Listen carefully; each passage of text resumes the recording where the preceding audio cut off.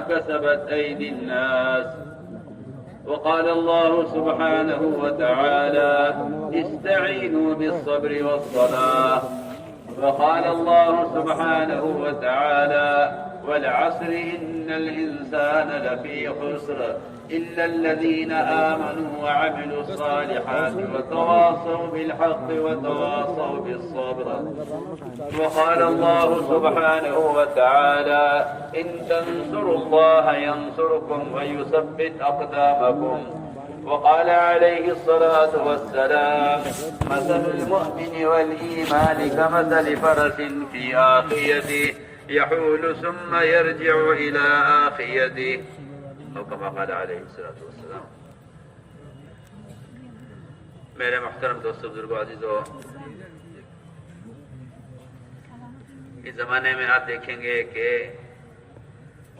انسان ہر اعتبار سے پریشان ہے. صرف مسلمان نہیں بلکہ انسان پریشان ہے، اس لیے کہ انسانوں کی پریشانی کا سبب خود مسلمان ہے. یہ نہیں کہ مسلمان انسانوں سے پریشان ہے، بلکہ انسان مسلمانوں سے پریشان ہے. یہ بات نہیں ہے کہ مسلمان انسانوں سے پریشان ہیں، یہ سوچ غلط سوچ ہے، بلکہ میں حقیقت عرض کر رہا کہ انسان مسلمانوں سے پریشان ہے، اس لیے کہ مسلمان کے بدن سے نکلنے والا عمل یہ مسلمان کے علاوہ ساری مخلوق کے لیے مؤثر ہے. مسلمان متاثر نہیں ہوتا بلکہ مسلمان مؤثر ہوتا ہے، اس لیے کہ مسلمان اصل کائنات ہے. مسلمان اصل کائنات ہے، مسلمان مؤثر ہے، متاثر نہیں ہے. یہ خیال سب سے پہلے نکالو دل سے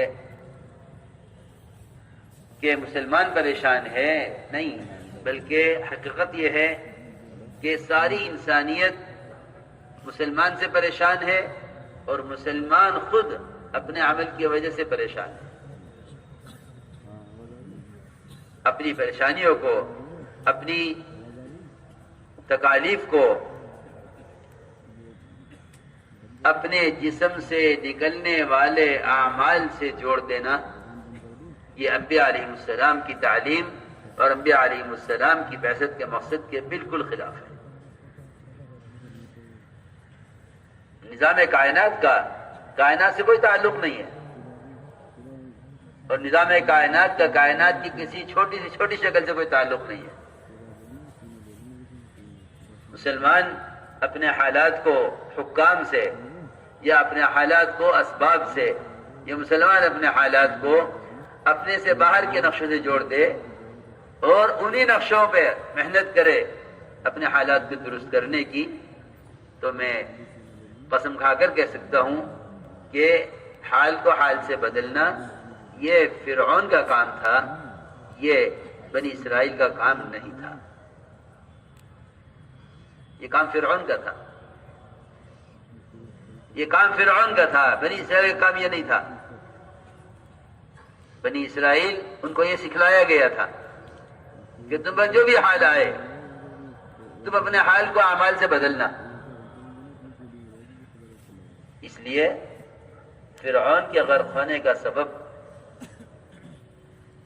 وہ محض فرعون کا کفر نہیں ہے.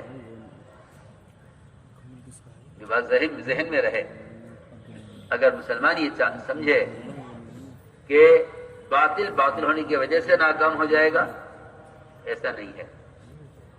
اس لیے کہ یہ باطل کی جنت ہے، یہاں اس کو اپنی جنت کے وہ سارے مزے پورے کرنے ہیں جو اس کے لیے مقدر کیے گئے ہیں اللہ کی طرف سے. بات توجہ چاہتی ہے.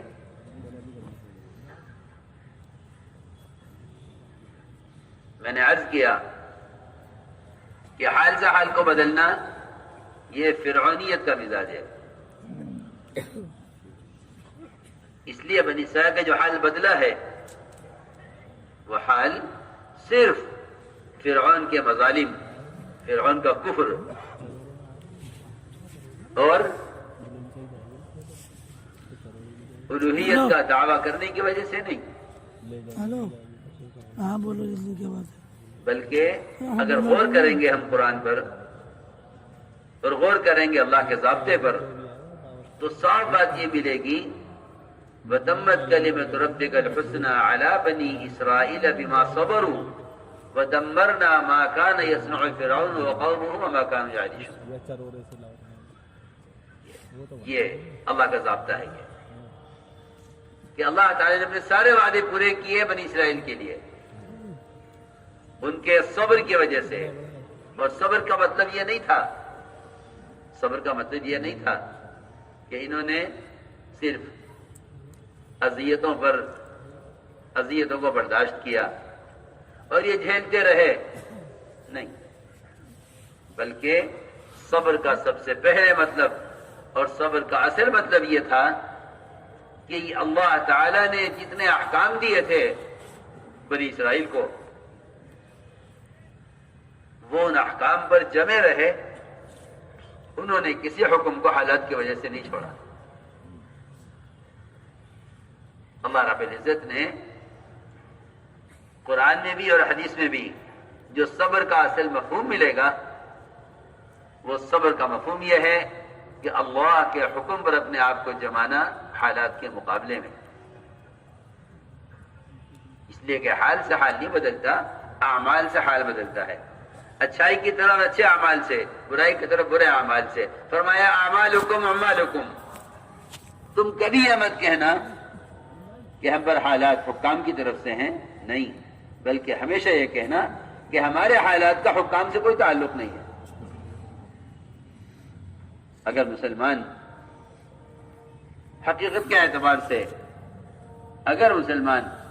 اعتبار سے مظلوم سمجھا جائے تو اس کے لیے پہلی شرط یہ ہے کہ مسلمان پہلے صبر کی حقیقت کو سمجھے، اپنے اندر صبر کی صفت پیدا کرے. اگر مسلمان کے لانے کے لیے ہرگز کافی نہیں ہے، کیونکہ حکم توڑ کر صبر کرنے والا ظالم ہے، مظلوم نہیں ہے. حکم توڑ کر صبر کرنے والا ظالم ہے، مظلوم نہیں ہے. حکم توڑ کر صبر کرنے والا وہ ظالم ہے، مظلوم نہیں ہے. ہاں، حکم پورا کرنے والا اگر حکم پورا کر رہا ہے یہ باطل کے مظالم میں تھوڑے سے ظلم سے بھی کامل مظلوم سمجھا جائے گا، اور اس کے اللہ کے درمیان کوئی رکاوٹ، کوئی پردہ، اللہ کی مدد کے لینے کے لیے کوئی مانع، کوئی رکاوٹ اس کے اللہ کے درمیان نہیں ہوگی. کہ حدیث میں آتا ہے کہ مظلوم کی بددعا آسمانوں پر اس وقت راتوں کے سفر کرتی ہیں جب ظالم اور جاوید قسم کے لوگ بڑے سو رہے ہوتے ہیں، اس وقت دعائیں آسمان کی طرف تیزی کے ساتھ جاتی ہیں. فرمایا کہ اس کے مظلوم کی بددعا سے بچو کہ اس کے اللہ کے درمیان کوئی حجاب، کوئی پردہ نہیں ہے. ہم نے عرض کیا کہ سب سے بنیادی بات یہ ہے جو اس ضابطے کو بھول جائے گا وہ اپنے مسائل کے حل اپنے باہر کی شکلوں میں تلاش کریں گے. میں تو کہا کرتا ہوں اگر کسی کا کارخانہ نہ چلتا ہو وہ یہ کہے میں بھینس بدل دوں تاکہ کارخانہ چل جائے، بکری بدل دوں تاکہ دکان چل جائے، تو کہیں گے کہ تمہاری دکان کے چلنے کا نہ چلنے کا بکری سے کیا تعلق؟ یہ بیچاری بے زبان جانور، یہ بے زبان جانور، اس سے تمہاری دکان کے چلنے کا کیا تعلق ہے؟ میں بھینس بدل دوں کہ میرا کارخانہ چل جائے، اس بھینس کے ہونے نہ ہونے سے تیرے کارخانے کے چلنے کا کیا تعلق؟ ذرا عقل سمجھ سے کام لو. خدا کی قسم، جس طرح مسلمان کی ضروریات کا، جس طرح مسلمان کے احوال کا جانوروں سے کوئی تعلق نہیں، انعام سے کوئی تعلق نہیں. خدا کی قسم مسلمانوں کے حالات کا حکام سے بھی کوئی تعلق نہیں ہے، یہ پکی بات ہے. مسلمان کے حالات کا حکام سے کوئی تعلق نہیں. مسلمانوں کے حالات کا حکام سے کوئی تعلق نہیں ہے. مسلمان کے حالات کا تعلق براہ راست احکام سے ہے. مسلمان کے حالات کا تعلق براہ راست احکام سے ہے، حکام سے ہے. مسلمان کے حالات کا قطعاً کوئی تعلق نہیں. جس طرح انعام سے تعلق نہیں، اس طرح حکام سے بھی تعلق نہیں. سیدھی بات ہے، کیونکہ صحیح حدیث ہے، صحیح روایت ہے. یہ فرمایا حضور اکرم صلی اللہ علیہ وسلم نے کہ جب یہ امت دعوت اللہ چھوڑ بیٹھے گی، جب یہ امت دعوت اللہ چھوڑ بیٹھے گی تو اللہ تعالی ان پر ظالم حکام کو مسلط کر دیں گے. بالکل حدیث کا مطلب ترجمہ مفہوم صرف یہی ہے کہ جب یہ امت دعوت کا کام چھوڑ بیٹھے گی تو اللہ ان پر ظالم حکام کو مسلط کریں گے، اور یہ ان کے تسلط کو اور یہ ان کے قبضے کو اگر دعاؤں سے بھی ہٹانا چاہیں گے تو اللہ ان کی دعائیں حق میں قبول نہیں کریں گے، اور اگر یہ اللہ والے سے دعائیں کرائیں گے تو اللہ والے کی دعا میں ان کا استحقاق نہیں رہے گا. صحیح حدیث. میں نے عرض کیا کہ سب سے پہلا معاملہ یہاں سے بگڑا ہے، ورنہ مسلمان تو اصل کائنات تھا. مسلمان اصل کائنات تھا. دنیا کی ساری مخلوق کو مسلمان سے امن ملتا تھا، مسلمان سے راحت ملتی تھی، مسلمان سے ان کے مسائل حل ہوتے تھے. مسلمان ان کو اپنے معاملات سے، اپنے اخلاق سے، اپنے معاشرے سے ان کو بتلاتا تھا کہ ہم سے بڑھ کے تمہارا کوئی خیر خواہ نہیں ہے، ہم سے بڑھ کے تمہارا کوئی خیر خواہ نہیں ہے. میرے دوستو عزیزو، جو غیبی نصرتیں اللہ رب العزت مسلمان کے لیے نازل کرتا تھا، ان غیبی نصرتوں کی برکتوں سے، ان غیبی نصرتوں کی برکتوں سے غیر فائدہ اٹھاتے تھے. اب مسلمان اس پر ہے کہ ہم غیروں کے اسباب سے کیسے فائدہ اٹھائیں. اب مسلمان اس کوشش میں ہے کہ ہم غیروں کے اسباب سے کیسے فائدہ اٹھائیں. اب حالانکہ میں یقینی بات عرض کر رہا کہ ساری اقوام باطلہ، تمام اقوام باطلہ وہ مسلمانوں پر اللہ کی طرف سے آنے والی نصرتوں سے وہ فائدہ اٹھاتے تھے. ابو بکر صدیق رضی اللہ تعالی عنہ سفر ہجرت میں جب دودھ کی تلاش میں نکلے کہ آپ کے لیے کہیں سے دودھ کا انتظام کروں، ایک مشرکہ عورت اپنا ریوڑ چراتی ہوئی ملی. اس سے فرمایا کہ ہمیں دودھ چاہیے. اس مشرکہ عورت نے کہا میرے ریوڑ میں کوئی بکری دودھ دینے کے قابل نہیں ہے، کوئی بکری آج تک گیابن نہیں ہوئی، سب چھوٹے بچیاں ہیں، چھوٹی بکریاں ہیں، ان میں دودھ کے قابل کوئی نہیں. فرمایا نہیں، دودھ تو اللہ دیں گے. اس لیے کہ جتنے بھی کائنات کے اسباب ہیں وہ کسی بھی شکل میں ہوں، وہ اللہ تعالی کی قدرت سے فائدہ اٹھانے کا سبب نہیں ہے. نہ ان میں قدرت ہے، نہ یہ قدرت سے فائدہ اٹھانے کے ذریعہ ہے. یہ تو اللہ تعالی کی صرف اللہ کے تعارف کے لیے ہے.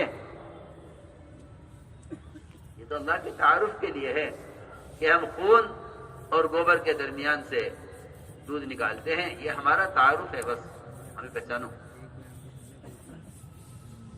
یہ ذریعہ نہیں ہے. مشرک عورت کا یہ کہنا تھا کہ میرے ریوڑ میں کوئی دودھ دینے والی بکری نہیں ہے. ابو بکر رضی اللہ تعالی نے جواب میں یہ نہیں فرمایا کہ جب تیرے ریوڑ میں کوئی بکری دودھ دینے والی نہیں ہے تو پھر دودھ کیسے مل سکتا ہے.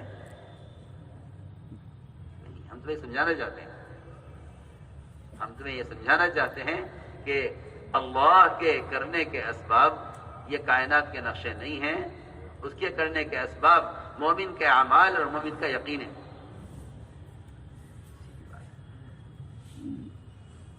فرمایا بکری لاؤ نا، تم دودھ تو اللہ دیں گے۔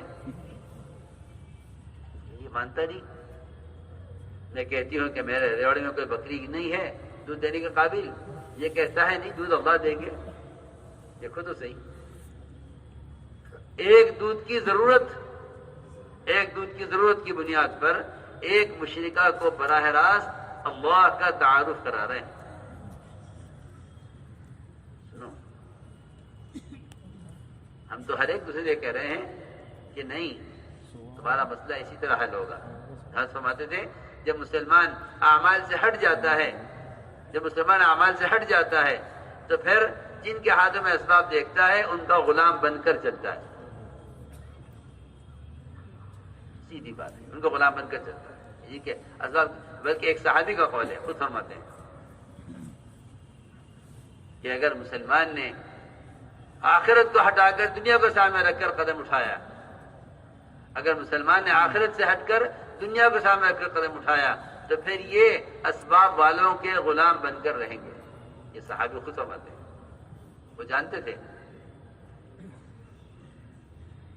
تو میں نے عرض کیا کہ ابوبکر رضی اللہ تعالیٰ عنہ نے اس مشرکہ عورت سے کہا جا اپنے گھر سے کوئی بڑا پیالہ لے آؤ، بڑا برتن، جو تمہارے گھر میں بڑے سے بڑا برتن ہو وہ لے آؤ۔ حالانکہ آپ جانتے ہیں بکری کے دودھ کی مقدار کیا ہوتی ہے۔ تمام دودھ دینے والے جانوروں میں سب سے کم مقدار بکری کے دودھ کی ہے۔ جاؤ برتن لے آؤ۔ وہ ایک پیالہ لے آئی۔ ابوبکر رضی اللہ تعالیٰ عنہ نے ایسی بکری کا دودھ نکالا جو بکری ابھی تک گیابن نہیں ہوئی تھی، خود بھی پیا، اس کو بھی دیا۔ میں نے تو ایک مثال دی ہے بس، ایسے بے شمار واقعات ہیں جس میں صحابہ کرام پر کے لیے انفرادی اجتماعی نصرتیں وہ غیروں کی راحت کا سبب بنی ہے۔ اس لیے میں آج کہہ رہا تھا کہ مسلمان کسی کا احسان مند نہیں ہے، مسلمان تو خود محسن ہے۔ سب سے بڑے محسن انسانیت محمد صلی اللہ علیہ وسلم ہیں۔ تو غور کریں کہ آپ صلی اللہ علیہ وسلم کا کیا معاملہ تھا ستانے والوں کے ساتھ۔ سب سے پہلے اس پر غور کریں کہ کیا معاملہ ستانے والوں کے ساتھ تھا۔ حضور اکرم صلی اللہ علیہ وسلم نے اسلام کا تعارف کیسے کرایا، کیا معاملہ تھا آپ کا غیروں کے ساتھ۔ ہم اپنوں کے لیے سخاوت اور اپنوں پر احسان کر کے سمجھتے ہیں کہ ہم نے احسان کا حق ادا کر دیا ہے، حالانکہ احسان کا سب سے اعلیٰ درجہ یہی ہے، احسان کا سب سے اعلیٰ درجہ یہی ہے کہ ستانے والوں پر احسان کر کے بتلایا جائے کہ ہم کیا چاہتے ہیں، ہم آپ سے کیا چاہتے ہیں۔ حضور اکرم صلی اللہ علیہ وسلم سے اسلام کو سمجھنے کے لیے اور آپ صلی اللہ علیہ وسلم ساری انسانیت سے کیا چاہتے تھے، اس کو آپ نے اپنے اخلاق سے اور اپنے معاشرے سے، اور حضور اکرم صلی اللہ علیہ وسلم نے اپنی تیز آندھیوں سے زیادہ تیز چلنے والی سخاوت کے ذریعے بتلایا کہ ہم کیا چاہتے ہیں۔ جب ستانے والوں پر احسان کیا جاتا تھا تو وہ سمجھتے تھے کہ مسلمان آخر چاہتے کیا ہے۔ جی ہاں، اصل بات یہ تھی کہ ستانے والوں پر احسان کر کے معلوم ہوتا تھا کہ مسلمان اصل حقیقت میں چاہتا کیا ہے۔ اس لیے میرے دوستوں بزرگوں عزیزوں، اگر اس ضابطے پر مسلمان نہیں ہے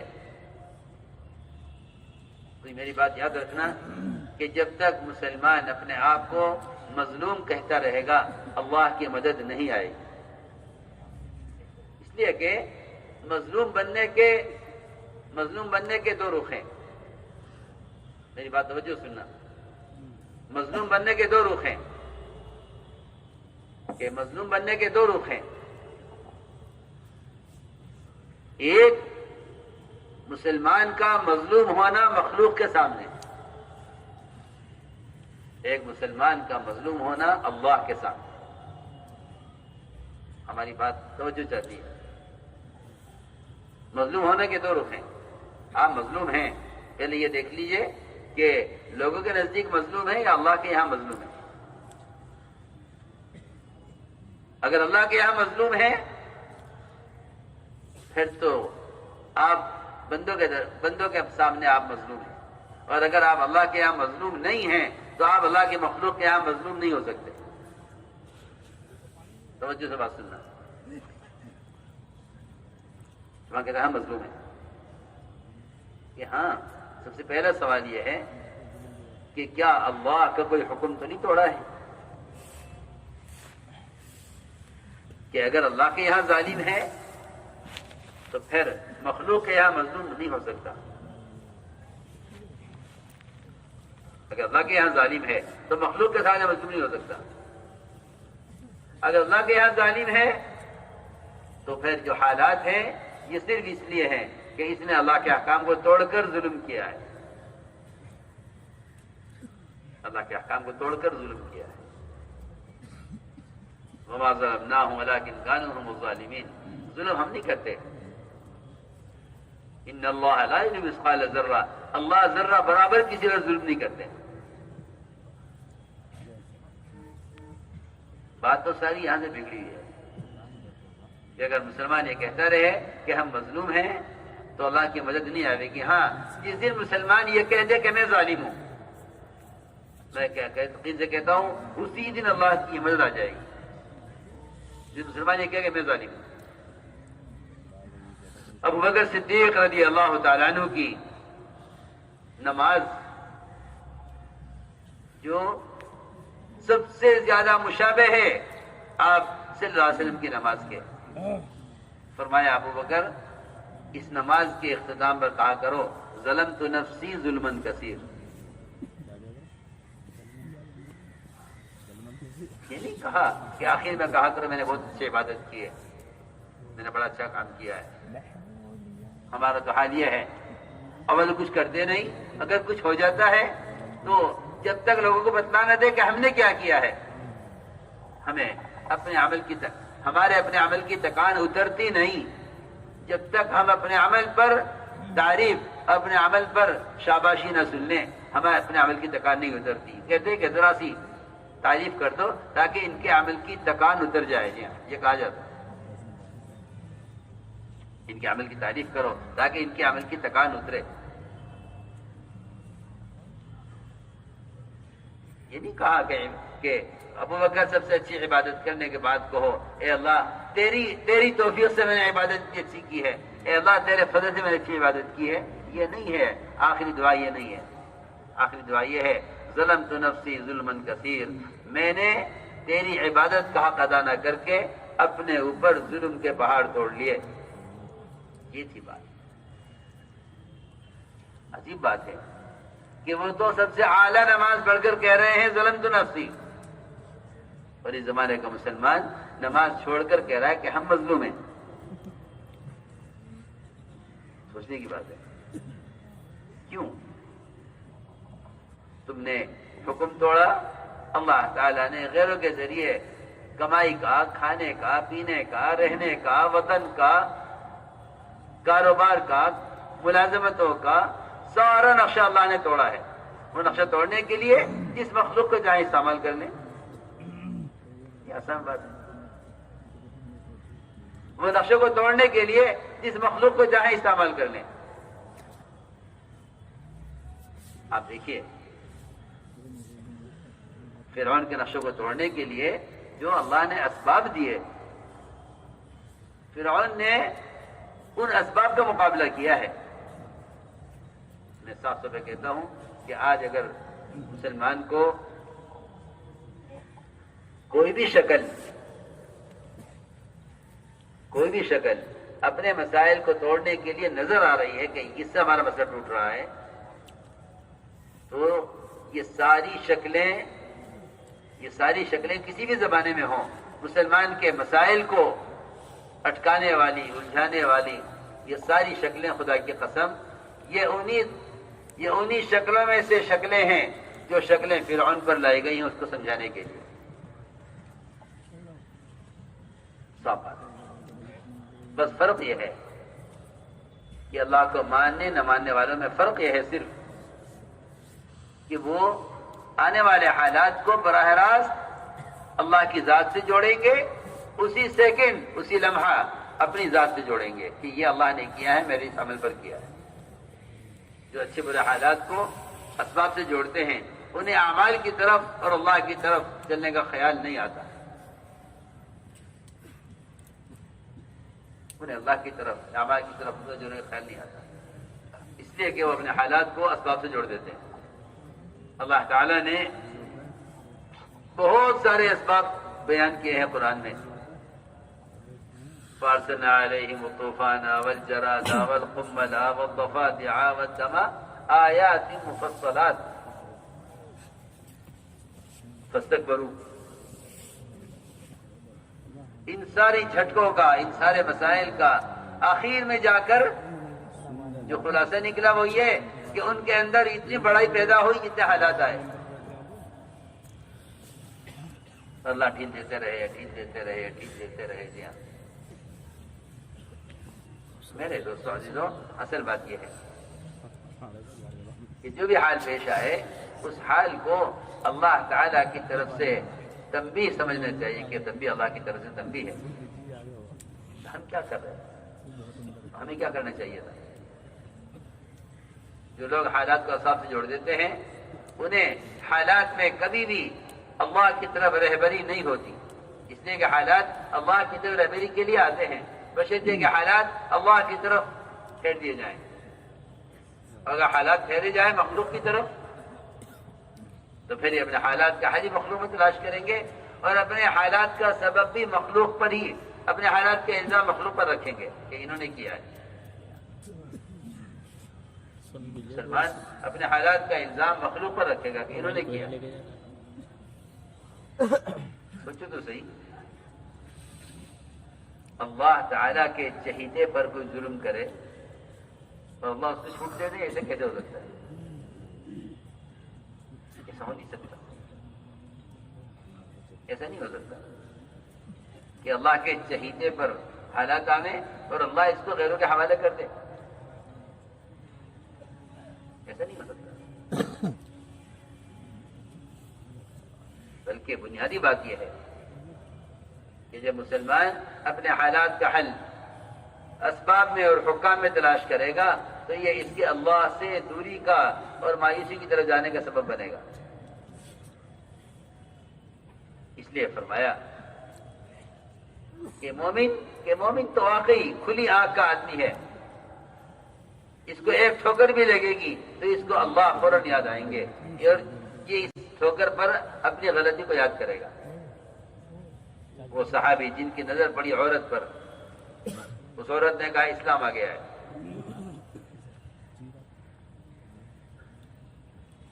ادھر عورت پر نظر پڑی، ادھر دیوار سے سر ٹکرا گیا. بہت معمولی، صبح شام سر ٹکرا جاتے ہیں، چلتے اٹھتے سر لگ جاتا ہے دیوار میں، کوئی بات نہیں. لیکن ایک ایسی چوٹ اور ایک ایسا سر کا دیوار سے لگ جانا جس کو ہم کچھ سمجھتے ہی نہیں کہ ہو گیا، اتفاق سے ہوا ہے، میں نے دیکھا نہیں، اچانک دیوار تھی. اس لیے کہ جتنے حالات مسلمانوں پر ہیں انہوں نے ان حالات کے اسباب ان حالات سے کہیں زیادہ تعداد میں سوچے ہوئے ہیں. میں کچھ کہنا چاہتا ہوں، حالات سے کہیں زیادہ تعداد میں ان حالات کے اسباب سوچے ہوئے ہیں. سنو میں کیا کہہ رہا ہوں. ایک دیوار سے سر ٹکرانا جسے لوگ کہتے ہیں اتفاق سے ہو گیا، تو ایسی کوئی بات نہیں ہے. یہ بات کیوں نہیں ہے؟ مومن کو ایک چھوٹی سی تکلیف پہنچی ہے، سب سے پہلے غور کرو کہ ایسا کیوں ہوا. اس سے مال چھین لیا جائے، اس سے ملک چھین لیا جائے، اس سے اس کے حق کا وطن، اس سے اس کا حق وطن چھین لیا جائے، یہ کہتا ہے کہ اتفاق سے ہو رہا ہے، اور وہاں صرف ہلکا سا دیوار میں سر ٹکرایا، نہ سر پھٹا، نہ کوئی زخم ہوا، نہ کوئی خون بہا، کچھ نہیں، دیوار سے سر ٹچ ہو گیا، فوراً حاضر خدمت ہوئے، عرض کے گئے رسول اللہ آج میرے ساتھ عجیب معاملہ ہوا، میری ایک لڑکی پر نظر پڑی اور میرا سر دیوار سے ٹکرا گیا، یہ کیا ہوا؟ سمجھ، اور ہماری بے حسی اور ہماری بے حسی اور ہماری جہالت اور ہماری غفلت کہ ملک ٹکرا جائیں، ٹرین ٹکرا جائیں، جہاز ٹکرا جائیں، گاڑیاں ٹکرا جائیں، حکام عوام ٹکرا جائیں، انہیں اپنی بدعملیوں کا خیال نہیں آتا۔ سوچو تو صحیح، وہاں ایک صغیرہ گناہ چھوٹا سا، اس لیے فرمایا کہ ہاں مومن کی شان تو یہی ہے کہ جب اس کے کاروبار میں، اس کے ملک میں، اس کے مال میں، اس کی ملازمت میں، اس کی سرمایہ داری میں کسی بھی طرح کا کوئی جھٹکا اللہ لائیں گے، چاہے وہ جھٹکا لانے کے لیے اللہ جس کو چاہے استعمال کریں، اللہ جس کو چاہے استعمال کریں۔ میں عرض کر چکا ہوں کہ اس زمانے میں مسلمانوں کے مقابل جو بھی شکل ہے، خدا کی قسم کوئی شکل اللہ کی قدرت سے باہر نہیں، اور کسی کا کوئی اقدام اللہ کے حکم کے بغیر نہیں۔ اس کو سوچتے کیوں نہیں؟ جو کچھ ہو رہا ہے خود بخود ہو رہا ہے، یہ کر رہے ہیں، ایسا نہیں۔ میں آپ سے عرض کرتا ہوں کہ جتنا انتظار صحیح صبر تو کر، سلو چل رہا ہے، ساری دنیا، سارے عالموں کو ختم کرنے کے لیے جتنا انتظار اسرافیل کو پھونکنے کے لیے اللہ کے امر کے منتظر ہیں اور نظر اور پیشانی اللہ کی طرف کیے ہوئے ہیں، اسلامی جرنلسٹ خدا کی قسم جتنا انتظار یہ کر رہے ہیں، ایک سوکھا ہوا پتا درخت سے گرنے کے لیے اللہ کے امر کا اتنا ہی منتظر ہے۔ اس کے درمیان کی ساری وزارتیں، ساری صدارتیں، ساری حکومتیں، ساری سرمایہ داریوں کے دفعے، ساری دنیا کے مادی طاقتیں، خدا کی قسم یہ ساری کی ساری شکلیں اس پتے کے گرنے اور اس اسرافیل کو سر پھونکنے کے درمیان میں سب کی سب اللہ کے امر کی منتظر اور اللہ کے امر کے حکم کے تابع ہیں۔ پھر گنجائش ہی نہیں باقی رہتی اس کی کہ مسلمان یہ کہے کہ انہوں نے یہ کر دیا، انہوں نے یہ کر دیا، کہ نہیں، اللہ کر رہے ہیں، اللہ کر رہے ہیں۔ اللہ کی وحدانیت کا بیان کرنے کا مطلب کیا ہے؟ کہ تو اپنے حال کو اللہ کی طرف پھیر دے۔ میں نے عرض کیا کہ بڑے بڑے حالات، بڑے بڑے حوادث، لیکن مسلمان ہرگز اپنی بدعملی کی طرف متوجہ ہونے کو تیار نہیں ہے، اپنی بدعملی کی طرف متوجہ ہونے کو تیار نہیں ہے۔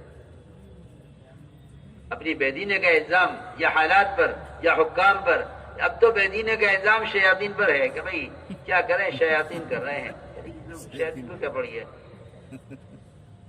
ان قید شیطان کان ضعیفا، کہ شیطان کی تدبیریں اور اس کی کوشش تو بڑی کمزور چیز ہے۔ اگر کوئی فجر کی نماز کے بعد، اگر کوئی شخص فجر کی نماز کے بعد 10 مرتبہ سورہ اخلاص پڑھ لے، شیاطین سب مل کر اس سے رات تک کوئی گناہ نہیں کروا سکتے باوجود پوری کوشش کے۔ جی حضرت علی فرماتے ہیں کہ اگر فجر کے بعد 10 مرتبہ سورہ اخلاص پڑھ لے کہ رات تک تمام شیاطین مل کر اس ایک مسلمان سے باوجود پوری کوشش کے کوئی گناہ نہیں کروا سکتے۔ لیکن بات وہی ہے کہ مسلمان اپنے حالات کو احکام سے جوڑنے کے بجائے اپنے حالات کو اسباب سے جوڑے ہوئے، اس لیے فرمایا کہ نہیں، مومن تو بینا ہے، مومن آنکھ سے بینا ہے، مومن دل کی آنکھ سے بینا ہے، وہ جو اللہ کو نہیں مانتے ہیں وہ دل کی آنکھ کے اندھے ہیں، وہ کہتے ہیں ہم کر رہے ہیں، مسلمان کہتا ہے ہاں آپ کر رہے ہیں، یہ نہیں. اس لیے کہ اندھے آدمی کو نہیں خبر یہ کیا ہو رہا ہے. حضور اکرم صلی اللہ علیہ وسلم نے اپنی احادیث میں فرق بتایا ہے کہ بینا کون ہے. بینا وہ ہے جس کو حالات اپنے اعمال میں نظر آئے، جس کو حالات اپنے اعمال میں نظر آئے، وہ بینا ہے. جس کو نظر آئے کہ ہاں یہ چیز کہاں سے ہوئی ہے. اندھے آدمی کو اگر آواز سنے گا تو پوچھے گا یہ کیا ہوا، اس لیے کہ اس کو نظر نہیں آتا. لیکن مسلمان بینا ہے، اس لیے فرمایا کہ اللہ کو ماننے والے پر جو بھی حال آئے گا یہ حال اسے اللہ کی طرف فوراً پلٹ دے گا. اور اگر اللہ کا نہ ماننے والے پر حال آئے گا اس کو نہیں معلوم کہ اسے کیوں باندھ دیا گیا، کیوں کھول دیا گیا. روایت میں ہے کہ جانور کو باندھ دیا جائے، کھول دیا جائے، اسے نہیں معلوم کیوں باندھا گیا، کیوں کھول دیا گیا. لیکن مومن کے کام میں اور مومن کے کاروبار میں اور مومن کے دنیاوی نظام میں ذرہ برابر بھی اگر کوئی فرق آئے گا تو یہ فوراً سمجھ لے گا کہ مجھ سے اللہ کا حکم ٹوٹا ہے، جس کے نتیجے میں یہ ہوا ہے. جو حالات سے سبق لیتے ہیں وہ توبہ کی طرف آتے ہیں، اور جو حالات سے سبق نہیں لیتے وہ بغاوت کی طرف جاتے ہیں. توبہ کے لیے ضروری ہے کہ حالات سے سبق لو. جو حالات سے سبق لے گا وہ توبہ کی طرف آئے گا، وہ اپنے اعمال کو اپنے گناہوں سے جوڑے گا تو ان کے حالات انہیں توبہ کی طرف لے آئیں گے. وہ توبہ کہتے ہی اس کو ہیں کہ بندہ اپنے گناہوں پر استغفار کر کے اللہ کی طرف قدم اٹھائے. توبہ کا مطلب یہی ہے، پلٹ کر اللہ کی طرف جانے والا. تائب، پلٹ کر اللہ کی طرف جانے والا. اس لیے میرے بزرگوں، دوستوں، عزیزوں، ساری بات کا خلاصہ یہ ہے کہ حالات سے کبھی نہیں بدلیں گے. حالات کے بدلنے کے لیے اعمال کی تبدیلی شرط ہے.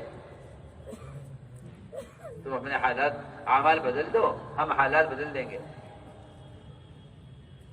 تم اعمال بدل دو، ہم حالات بدل دیں گے. اس لیے کہ حالات سارے ہمارے قبضے میں ہیں. حالات سب اللہ کے قبضے میں ہیں، اللہ کے غیر کے ہاتھ میں کچھ نہیں ہے. تو ہم پریشانی ہے کہ وہ، میں کیا عرض کروں، خوشامد بھی ان کی کرتا ہے جن کے ہاتھ میں مسئلہ سمجھتا ہے کہ ان کی خوشامد کرو، ان کے ہاتھ میں ہے. میں کیا عرض کروں، جو یہ کہتا ہے کہ فلاں کرنے والا ہے، اس کا یہ کہنا ہی اس کرنے والے کو قوت دیتا ہے. اگر مسلمان یہ کہے کہ نہیں اللہ کرنے والے ہیں، تو حدیث میں آتا ہے کہ جو اس یقین پر آ جائے گا اللہ اس کو اپنے غیر کے حوالے نہیں کریں گے. کہتا ہے میں کرنے والا ہوں تو چلو میں کرتا ہوں. اور اگر یہ اللہ کے غیر کو کہتا ہے کہ ان سے ہوتا ہے تو میں یقینی طور پر عرض کرتا ہوں کہ اللہ تعالیٰ ایسوں کو غیروں کے حوالے کر دیتے ہیں. اب تم جانو جسے تمہیں امید ہے وہ جانے.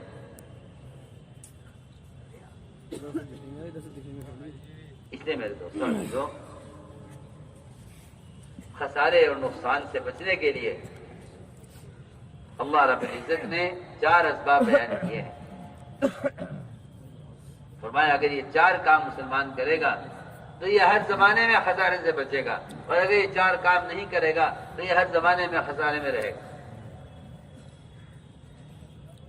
اگر یہ 4 کام کرتا ہے تو یہ ہر زمانے میں خسارے سے بچے گا، اور اگر یہ 4 کام نہیں کرتا تو یہ ہر زمانے میں خسارے میں رہے گا. سب سے پہلی شرط یہ ہے کہ اللہ پر ایمان لاؤ. اللہ نے فرمایا خسارے سے وہ بچیں گے جو اللہ پر ایمان لائے. الا الذین آمنوا. اس لیے کہ میں عرض کر چکا کہ ایمان کے بغیر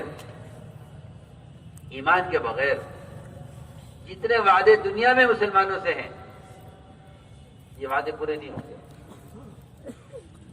ایمان کے بغیر جو وعدے دنیا میں ہیں مسلمان سے یہ وعدے اللہ پورے نہیں کریں گے۔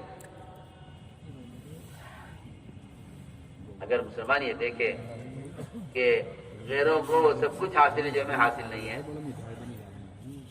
تو یہ تو بہت آسان سی بات ہے، یہ تو بہت آسان سی بات ہے سمجھنا۔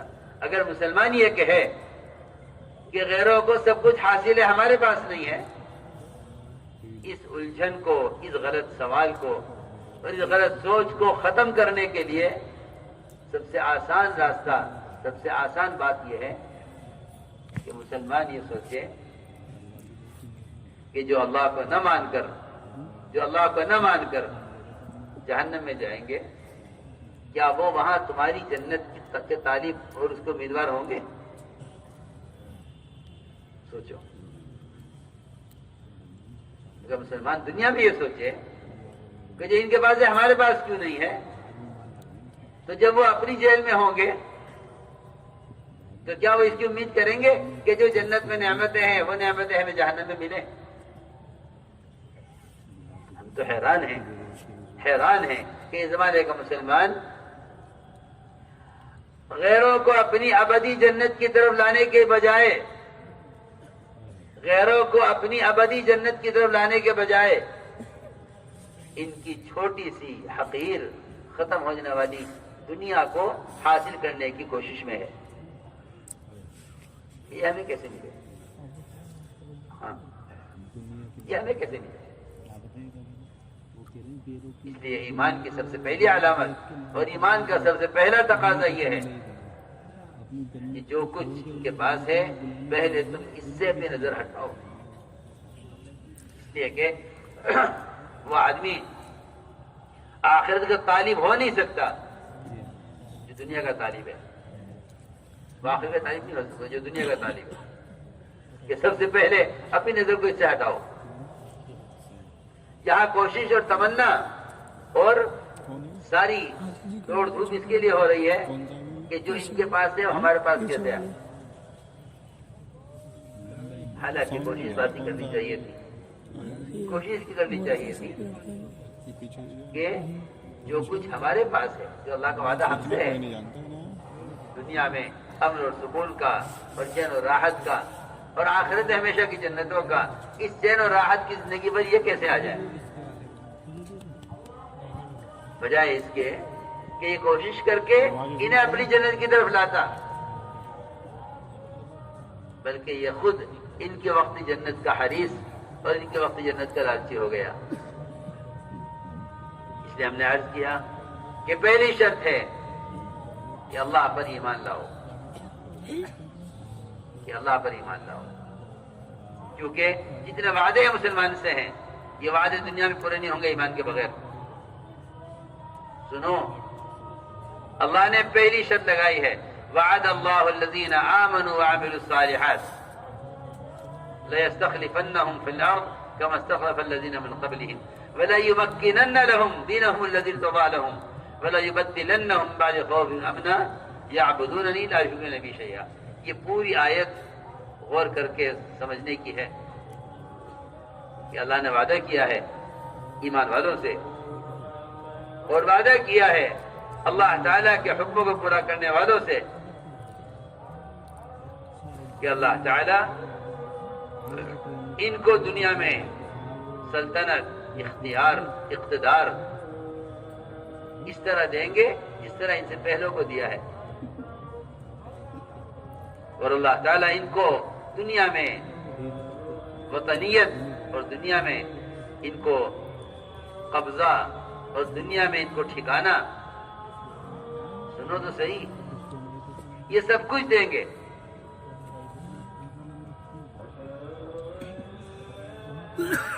لیکن شرط یہ ہے کہ اللہ تعالیٰ جس دین سے راضی ہے، اللہ نے جو دین تمہارے لیے متعین کیا ہے، تم اپنے آپ کو اس دین کا تابع اور اس کے پابند بناؤ، تو تم سے اس کا وعدہ ہے۔ شرط یہ ہے کہ میرے ساتھ شرک نہیں کریں گے اور میرے علاوہ کسی کی عبادت نہیں کریں گے، یعنی میرے سوا کسی کی بات نہیں مانیں گے، میرے سوا کسی کی بات نہیں مانیں گے۔ یعبدوننی لا یشرکون بی شیئا، میری عبادت کریں گے، میری بات مانیں گے، میرے غیر کی بات نہیں مانیں گے، تو میرا وعدہ ہے ان سے کہ میں ان کو دنیا میں سلطنت، اقتدار، تمکن، وطنیت سب کچھ دے دوں گا، ورنہ اگر انہوں نے ذات پورا نہ کیا تو یہ خود اپنے گھر میں بے گھر ہوں گے. صاف تو اپنے گھر میں بے گھر، یہ اپنے گھر میں بے گھر ہوں، سیدھی بات ہے. اس لیے ایمان پر اللہ کی طرف سے ان وعدوں کے پورا ہونے کا، ان وعدوں کے پورا کرنے کا جو ضابطہ ہے وہ سب سے بنیادی چیز ایمان ہے کہ جو اللہ پر ایمان لائیں گے اللہ وعدے ان کے لیے پورا کریں گے. میں نے عرض کیا ایمان سب سے پہلی شرط ہے، یہ پہلی شرط ہے یہ کہ ہم وعدے پورے کریں گے ایمان والوں کے لیے جو ہمارے وعدوں کا یقین کریں. اس لیے حضور اکرم صلی اللہ علیہ وسلم صحابہ سے جو وعدہ کرتے تھے، صحابہ اس وعدے کے پورا ہونے کا ایسے انتظار کرتے تھے جیسے رات کا سونے والا صبح سورج نکلنے کا انتظار کرتا ہے. یہ یقینی بات ہے کہ جو وعدہ ہے پورا ہو کر رہے گا. حضور اکرم صلی اللہ علیہ وسلم بیان فرما رہے تھے جو وعدے اللہ سے سنے ہیں وہ وعدے صحابہ کو بتلا رہے تھے، اس لیے کہ جو وعدہ اللہ کرتے تھے آپ سے، آپ وہ وعدہ فوراً صحابہ کو بتلاتے تھے کہ یہ ہوگا. سنو میری بات توجہ سے، ہم ان حالات میں اللہ کے غیر کو، ان حالات میں اللہ کے غیر کے وعدوں کا یقین کرتے ہیں اور وعدے جھٹلانے والوں کو ان کے وعدے یاد دلاتے ہیں. جی آپ نے یہ وعدہ کیا تھا، آپ نے یہ وعدہ کیا تھا. سنو میں کیا کہہ رہا ہوں. ہم وعدہ خلافی کرنے والوں کو ان کے وعدے یاد دلاتے ہیں، اس لیے کہ جو شخص مخلوق کے وعدوں پر قدم اٹھا لیتا ہے، مخلوق محتاج ہے، اللہ تعالیٰ کے قبضے میں سارا نظام ہے، امور اللہ کے قبضے میں ہے، وہ اپنی قدرت سے ان سارے وعدوں کے پورا ہونے کو روک دیتے ہیں. مسلمان یوں پریشان ہوتا ہے کہ جب انہوں نے ہم سے وعدہ کیا تھا، انہوں نے وعدہ پورا کیوں نہیں کیا؟ کیا بتاؤں، خبر نہیں کہنے کی بات ہے یا نہیں. یہ کہتا ہے جی ہمارا تو ووٹ ضائع ہو گیا. سب بات ہے. کیوں کہ ضائع تو اس لیے ہو گیا کہ اللہ کے غیر کا انتخاب کیا ہے. سیدھی بات ہے، سب بات صاف تو بحث کرنا. جن وعدوں کی بنیاد پر انتخاب کیا تھا ان وعدوں کا پورا ہونا ہے، خدا کی قسم اس انتخاب پر نہیں تھا. ان وعدوں کا پورا ہونا تمہارے بدن سے نکلنے والے اعمال سے متعلق. حکم توڑے اللہ کے اور وعدے پورے ہوئے نہیں تو اب کہتے ہیں کہ ہمارا انتخاب غلط تھا کیونکہ ہم نے غلط انتخاب کر لیا یا یہ انہوں نے وعدہ خلافی کیا ہے. نہیں، اس کے ہاتھ میں کچھ ہے ہی نہیں. یہ بھی کہتے ہیں کہ اللہ کرنے والے ہیں، یہ بھی کہتے ہیں کہ ہمیں ان سے امید ہے. ساری مشکل آ کر یہاں پھنسی ہوئی ہے.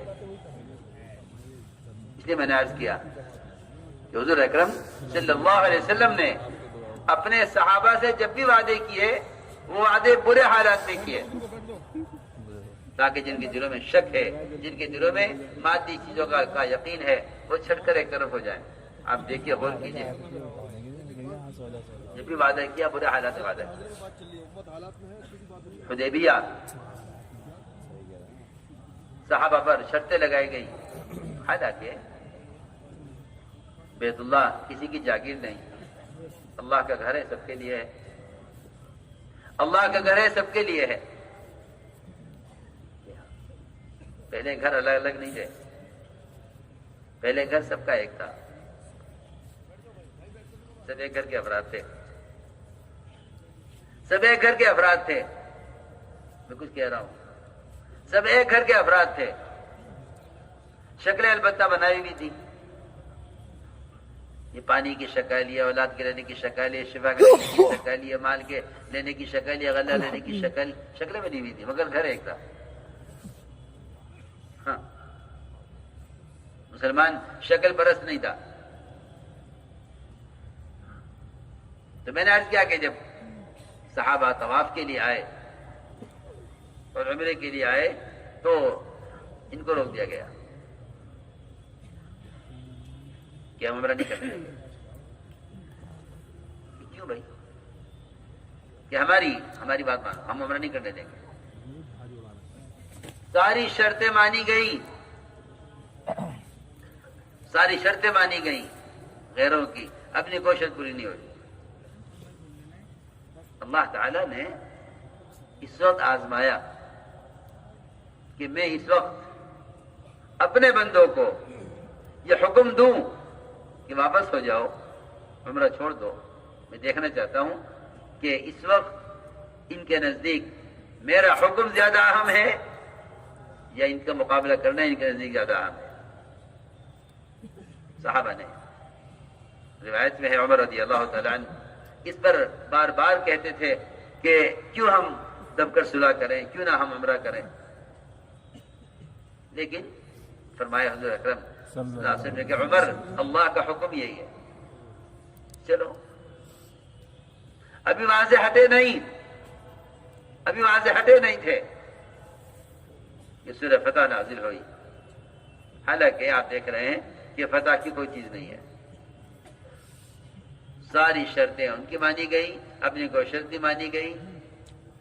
فتح کی کوئی چیز نہیں ہے، عمرہ نہیں کرنے دیں گے، آپ واپس جائیے. ساری شرطیں مان لی گئی ان کی، اپنی کوئی شرط نہیں مانی گئی. لوگ کہیں گے کہ ہار گئے. نہیں، ہارتے وہ ہیں جو حکم توڑ کر مقابلہ کرتے ہیں، وہ ہارتے ہیں. جو حکم پورا کر کے پیچھے ہٹتے ہیں وہ ہارتے نہیں ہیں. جو حکم پورا کر کے پیچھے ہٹتے ہیں اللہ تعالیٰ ان کی مدد فوراً کرتے ہیں. روایت میں ہے ابھی یہاں سے ہٹے نہیں تھے کہ سورہ فتح نازل ہو گئی. صحابہ کرام فرماتے ہیں کہ تم تو مکے پر حملے کو فتح مکہ کہتے ہو، ہم حدیبیہ کو فتح مکہ کہتے ہیں. فتح مکہ حدیبیہ ہے. میں کچھ ضروری بات عرض کر گیا کہ اگر تم 100% مسلمان اپنی ذات سے 100% دین پر چل رہا ہے اور پھر اس کی عبادت میں، اس کے شریعت کے مسائل میں، اس کے مذہبی امور میں اگر کوئی رکاوٹ بنتا ہے، حالانکہ عمرہ فرض نہیں ہے، عمرہ فرض نہیں ہے، حج فرض ہے. ویسے اس عمرے سے روک دیا، کر لینا ابھی نہیں، کر لینا مگر ابھی نہیں. اللہ اکبر. سوچو میں کیا کہہ رہا ہوں. جب مسلمان اپنی ذات سے پورے دین پر چلتے ہوئے ایسی رکاوٹوں کے آنے پر اللہ کے حکم کو دیکھے گا تو اللہ تعالی مدد فوراً لے آئیں گے. فتح مکے سے روکنے کی وجہ سے ہوئی ہے. انہوں نے اپنا کام پورا کیا کہ ہاں ٹھیک ہے موقع دو ان کو، یہ تمہیں روکے رک جاؤ، ہم دیکھتے ہیں. پھر مگر شرط یہ ہے کہ تم پورے دین پر چلو گے تو ہم تمہیں باطل کے مقابلے میں کامیاب کریں گے. کیونکہ پورے دین پر چلنے والے کے مقابلے اگر باطل آئے گا تو پھر الزام باطل پر ہے، آپ پر نہیں ہے. مولانا صاحب علی سے ایک صاحب نے سوال کیا، عجیب سوال کیا. کہا حضرت کیا بات ہے، مسلمان کو نہ اقتدار ملتا، نہ حکومت ملتی، نہ بادشاہت ملتی، ساری صدارتیں، وزارتیں، بادشاہتیں، اختیارات، مال، اسباب، مادی طاقتیں، قوتیں، کمائی کی شکلیں، سب پر ان کا قبضہ. عجیب بات فرمائی. حضرت نے فرمایا کہ اللہ کا دستور یہ ہے کہ دین کے وہ احکام جن کو پورا کرنے پر مسلمان کو پورا اختیار ہے. اگر یہ ان احکام کو پورا نہیں کرے گا تو جو چیزیں اس کی اختیار سے باہر کی ہیں اللہ تعالیٰ مسلمان کو ان پر قبضہ اور قابو کبھی نہیں دیں گے. اور واقعی اس کو سمجھنے کے لیے آسان مثال یہ ہے کہ اگر کوئی باپ اپنے بیٹے کو کوئی چھوٹی سی دکان کرا دے، کوئی چھوٹی سی دکان کرا دے اور یہ بیٹا اس دکان پر نہ بیٹھے، جو مال باپ نے خرید کے اس دکان پر رکھا تھا اس کو بھی ضائع کر دے، دکان کا کرایہ الگ بھرنا پڑے اور بیٹا دکان پر بیٹھا نہیں. آپ ہی بتائیے کیا یہ باپ اپنے اس بیٹے کو اپنا کارخانہ حوالے کر دے گا؟ سوچنے کی بات ہے. جو چھوٹی سی دکان ایک کھوکا تمہیں کر کے دیا تھا کہ اسے کر کے دکھلاؤ، میں یہ عرض کرنا چاہتا ہوں کہ جو کام تم کر سکتے تھے اس کو تم نے نہیں کیا، تو جو کام تم کر نہیں سکتے وہ اللہ تمہارے حوالے کیسے کر دے؟ بہت موٹی سی بات ہے. اور یہ خیال تو غلط سوچ ہے کہ اسلام قائم ہو جائے گا اگر ہمیں اختیار دے دیا جائے. جو آدمی اپنے بدن سے متعلق اسلام کو قائم نہیں کر رہا وہ باہر اسلام کیسے قائم کر لے گا؟ سوچو تو صحیح. جس نے اسے کلی اختیار ہے، جس میں اس کے لیے کوئی رکاوٹ نہیں ہے. میں نے عرض کیا کہ وعدے پورے ہوتے ہیں یقین کرنے والوں کے لیے جو حکم پر قدم اٹھاتے ہیں.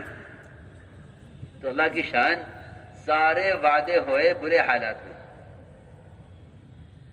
خندق میں آپ دیکھیے سردی زیادہ ہے، کھانے کو کچھ نہیں ہے، دشمنوں کی کثرت ہے، مسلمانوں کی قلت ہے، خوف بہت ہے،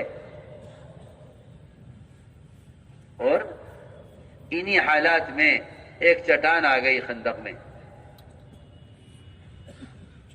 صحابہ کرام اس حالت پر تھے کہ پیٹ پر بھی پتھر فاقے کی وجہ سے اور پیٹھ پر پتھر اٹھا رہے تھے خندق کی کھدائی میں. وہ چٹان آ گئی جس سے خندق کی کھدنے میں رکاوٹ پیدا ہوئی. صحابہ نے آ کے عرض کیا کہ یہ چٹان آ گئی جو ٹوٹتی ہی نہیں ہے، ہماری کدالیں بیکار ہو گئی. فرمایا میں اترتا ہوں. آپ اترے خندق میں اور آپ صلی اللہ علیہ وسلم نے ایک کدال ماری اس چٹان پر جس سے چٹان ریزہ ریزہ ہو گئی. چٹان ریزہ ریزہ ہو گئی. اور آپ صلی اللہ علیہ وسلم نے یہاں خندق کی کھدائی ہو رہی ہے، اپنی حفاظت کا انتظام ہو رہا ہے. اتنا خوف ہے اعداء دین کا، لیکن اللہ رب العزت ان حالات میں خبر دے رہے ہیں، ان حالات میں خبر دے رہے ہیں ایمان والوں کو کہ تمہارے لیے قیصر اور کسریٰ کے محلات کو فتح کر دیا گیا. اللہ صحابہ نے اللہ اکبر کہا. سنو غور سے بات. ہم بھی سنتے ہیں تعلیم، ہم بھی بیٹھتے ہیں تعلیم کے حلقوں میں، ہم بھی باتیں سنتے ہیں، مگر ہماری بیماری یہ ہے اور ہماری کمزوری یہ ہے اور ہماری غلط سوچ یہ ہے کہ ہم وعدے سن کر حالات کو دیکھتے ہیں کہ حالات کیسے ہیں، حالات پورے ہوں گے، یہ حالات ان حالات میں وعدے پورے ہوں گے نہیں ہوں گے. میں آپ سے یقین و بیان کرتا ہوں کہ وعدے سن کر حالات کو دیکھنا منافقین کا کام تھا اور وعدے سن کر حکم کو دیکھنا امام والوں کا کام تھا. لیکن تو حکم کیا ہے؟ کیونکہ سارے وعدے حکموں کے ساتھ ہیں. منافقین وعدے سن کر حالات دیکھتے تھے. جب خندق میں آپ نے قیصر کسریٰ کے محلات کی خبر سنائی تو منافقین نے یہ کہا کہ بھلا ان کی بات کون مان لے گا، ان کی بات پہ یقین کون کر لے گا؟ سوچو تو صحیح. ایک آدمی کا ایک ہے کہ میں کروڑ پتی ہوں اور میرے پاس اتنی بڑی مالیت ہے اور اتنی بڑی حکومت ہے، اور اس کے پاس کچھ کھانے کو نہ ہو تو کوئی یقین کر لے گا؟ کوئی یقین کر لے گا بھائی؟ منافقین کو یہ الجھن تھی کہ جب اللہ ان سے کیسر کسریٰ کے محلات کے فتح ہونے کی خبر انہیں سنا رہے ہیں اور یہ ہمیں سنا رہے ہیں، تو جو اللہ ان کے لیے ان ملکوں کو فتح کرنے کی خوشخبری دے رہے ہیں وہ انہیں کھانے کے لیے کیوں نہیں دیتے؟ یہ الجھن. ہاں سنو، یہ میں عرض کرنا چاہتا ہوں، یہ شک ہے اس زمانے میں مسلمان کے دل میں، یہ شک اس زمانے مسلمان کے دل میں ہے جو شک اس زمانے میں منافق کے دل میں تھا. ہاں، یہ شک اس زمانے مسلمان کے دل میں ہے جو شک اس زمانے منافقین کے دل میں تھا کہ جب اللہ کے یہ وعدے ہیں تو یہ وعدے پورے کیوں نہیں ہو رہے ہیں؟ حالات ایسے کیوں ہیں؟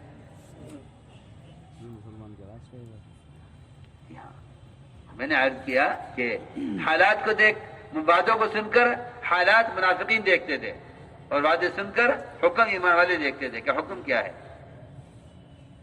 اس لیے حضور اکرم صلی اللہ علیہ وسلم نے جب بھی وعدے کیے، وعدے برے حالات میں کیے. تعلیم کا حلقہ چل رہا تھا، خریم بن اوس ایک صحابی، وہ ہجرت کر کے اسی وقت پہنچے، آخر میں بیٹھے ہوئے تھے حلقے کے. آپ نے فرمایا کہ تم ہیرا کا علاقہ فتح کرو گے، اور جب وہ تمہاری جماعت وہاں داخل ہوگی اس علاقے میں تو وہاں تمہیں ایک لڑکی ملے گی، شیما بنت بقیلہ اس کا نام ہوگا، بہت خوبصورت، کالی اوڑھنی اوڑھے ہوئے، زیورات سے لدی ہوئی، بہت مالدار شہزادی، وہ تمہیں ملے گی. یہ آپ بیان کر رہے ہیں اپنے زمانے میں، بیان کر رہے ہیں اپنے زمانے میں.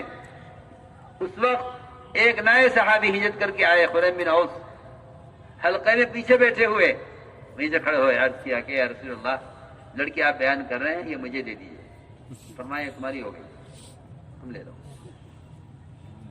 یہ نہیں اگر تم گئے، اگر فتح ہو گئی، اگر حالات بنے، نہیں. وعدے پورے ہوتے ہیں یقین کرنے والوں کے لیے. ہمارے اس تبلیغ میں تعلیم کا مقصد ہی وعدوں کے یقین کو بار بار تازہ کرنا ہے تاکہ اللہ کے ساتھ گمان ٹھیک رہے. جو وعدوں کو بار بار نہیں دہرائیں گے وہ اللہ سے بدگمان ہو جائیں گے. اور میں حقیقت بتا رہا ہوں، میں حقیقت بتلا رہا ہوں کہ اس زمانے مسلمان اللہ کی مدد سے جتنا مایوس ہے اس کی صرف وجہ یہ ہے کہ مسلمان اللہ سے بدگمان ہو گیا. اور بتاؤں اللہ سے بدگمانی کیا ہے؟ اللہ سے بدگمانی یہ ہے کہ مخلوق سے گمان ہو گیا ہے. مخلوق سے یہ کریں گے. جتنی ذلت اور جتنی دقت پیش آئے گی مسلمان کو، خدا کی قسم صرف اللہ کے غیر سے امید کرنے کی وجہ سے. اللہ تو سب کو فقراء کہہ رہے اور ہم فقراء کے سامنے ہاتھ پھیلا رہے. کوئی دیکھا فقیر کسی فقیر سے مانگتا ہو؟ دیکھا ہے کہیں کہ فقیر فقیروں سے مانگے؟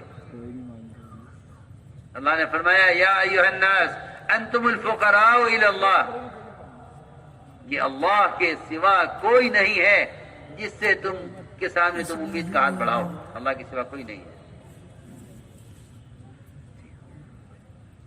وہ تو مسلمان مدد کے ضابطوں سے ہٹ گیا ہے.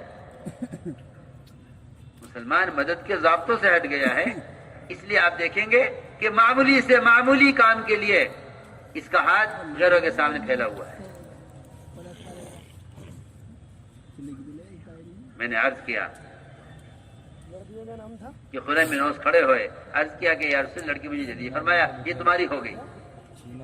آپ کا زمانہ گزرا، حضرت بکر کا زمانہ گزرا، حضرت عمر کا زمانہ گزرا، حضرت عثمان کا زمانہ تھا جب یہ شہر فتح ہوا. یہ صحابی ان 4 دوروں میں، ان 4 زمانوں میں اس کے منتظر رہے کہ یہ وعدہ پورا ہونا ہے. بلکہ صحابہ کرام کا تو حال یہ ہے، ایک نہیں سینکڑوں قصے ایسے ملیں گے کہ جس میں ابو ذر غفاری رضی اللہ عنہ کا واقعہ ہے کہ آخر وقت آ گیا، لوگ رونے لگے کہنے کہ آپ اللہ کے نبی کے صحابی ہیں، دنیا سے جا رہے ہیں. اطباء مایوس ہو گئے، یہ اب بچ نہیں سکتے، جا رہے ہیں. کہا گیا کوئی وصیت فرما دیجیے، آخری آپ کا انتقال ہو رہا ہے. فرمانے لگے کس نے کہا میرا انتقال ہو رہا ہے؟ مجھ سے ایک وعدہ کیا تھا حضور اکرم صلی اللہ علیہ وسلم نے، جب تک یہ وعدہ پورا نہیں ہو جائے گا میں دنیا سے نہیں جاؤں گا. ہاں نہیں ہو ہی نہیں سکتا. آپ نے مجھ سے فرمایا تھا کہ تمہاری موت ایک بیابان میں ہوگی، اور میں یہاں شہر میں ہوں. جب اللہ کے نبی نے یہ فرمایا کہ تمہاری موت بیابان میں ہوگی تو میں شہر میں کیسے مر سکتا ہوں؟ ہو ہی نہیں سکتا کہ آپ کے اس وعدے کے پورا کیے بغیر، اس وعدے کے پورا ہوئے بغیر میری موت اس شکل کے علاوہ ہو جائے جو آپ نے بتائی ہے. تو میں نے عرض کیا کہ یہ تو ممکن ہے کہ صبح سورج نہ نکلے، یہ ممکن نہیں ہے کہ جو وعدہ ہے پورا نہ ہو. میں نے عرض کیا کہ عثمان کے زمانے میں جا کر یہ علاقہ فتح ہوا. یہ صحابی جماعت میں تھے، جماعت جیسی داخل ہوئی حرا میں، یہ جماعت کو چھوڑ کر نکلے لڑکی کی تلاش میں. وہاں لڑکی ان کو مل گئی، اس کو قبضہ کر لیا. لوگوں نے کہا امیر صاحب ایسی مالدار لڑکی ہے اور ایسی خوبصورت ہے، اور انہوں نے مال غنیمت کی تقسیم سے پہلے اس پر قبضہ کر لیا. بلائیے، بلا کر پوچھیے ایسا کیوں کیا ہے. بلایا، لا کر کہا کہ آپ نے کیسے قبضہ کر لیا اس پر. خورے بنوس نے کہا امیر صاحب قبضہ تو دوسرے کی چیز پر ہوتا ہو یہ تو میری اپنی چیز ہے، یہ تو مجھے اللہ کے رسول صلی اللہ علیہ وسلم زمانے میں دے گئے تھے، میں تو اس کا منتظر تھا کب ملے گی. میں کہنا چاہتا ہوں کہ وہاں 4 دور گزر گئے وعدے کے پورا ہونے کا. اب ایسا یقین ہے جیسا پہلے دن تھا. اور یہاں حالت یہ ہے کہ صبح کو جو تعلیم سنتے ہیں اس کے ہمارا حال یہ ہے کہ دعا مانگتے ہیں، اگر وہ بر وقت پوری ہو گئی تو ٹھیک ہے، ورنہ سمجھتے ہیں کہ دعا قبول نہیں ہوگی.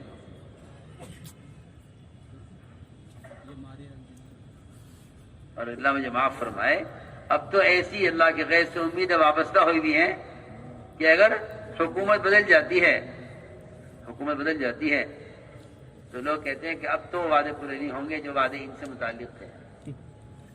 اور وہاں 4 دور گزر گئے، حضرت قریم بن اوس منتظر ہیں کہ نہیں یہ وعدہ پورا ہو کر رہے گا.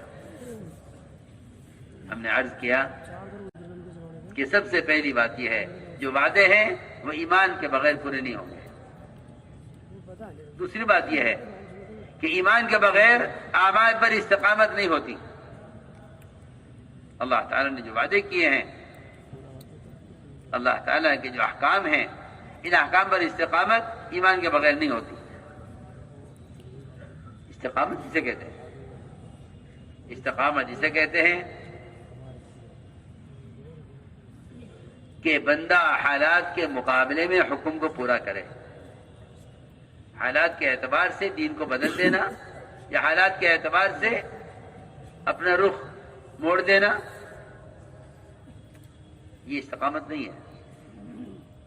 اس لیے استقامت ایمان والوں کی صفت ہے. استقامت ایمان والوں کی صفت ہے. منافقین کو استقامت نہیں تھی، وہ چلتے تھے حالات کے اعتبار سے، ایمان والے چلتے تھے حکم کے اعتبار سے. منافقین کا حال دیکھیے قرآن میں فرمایا وَمِنَ النَّاسِ مَن يَعْبُدُ اللَّهَ عَلَى عَرْفٍ، کہ منافقین وہ ہیں جو اللہ کی عبادت کفر و اسلام کے کنارے کنارے کرتے ہیں، بارڈر پر.